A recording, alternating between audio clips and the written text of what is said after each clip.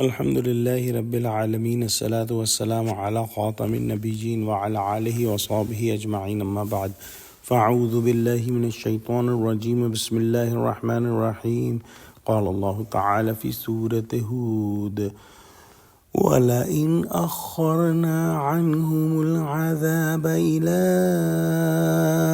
أُمَّةٍ مَّعْدُودَةٍ لَيَقُولُنَّ مَا يَحْبِسُ ألا يوم يأتيهم ليس مصروفا عنهم وحاق بهم ما كانوا به يستهزئون.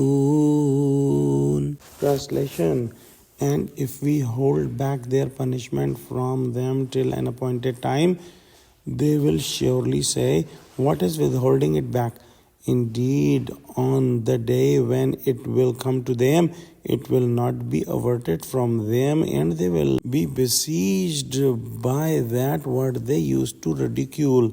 In the previous ayah we studied that the disbelievers did not believe in the life after death, and when they were told that you will get punishment from Allah subhanahu wa ta'ala and a punishment will come, they will ridicule this and they will say that why the punishment is not coming, what is holding the punishment, and they are unaware of this fact that Allah subhanahu wa ta'ala is holding that punishment till a certain time.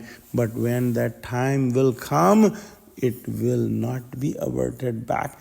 Nobody can turn it away, and they will taste the punishment and they will regret at that time. When Allah subhanahu wa ta'ala's punishment will come, it will surround them from everywhere and it will destroy them forever. Let's pray that Allah subhanahu wa ta'ala give us true understanding of Quran, connect us with the truthful people, and save us from every punishment. Ameen. Wa akhiru da'wana alhamdulillahi rabbil alameen. Wassalamu alaikum wa rahmatullahi wa barakatuhu.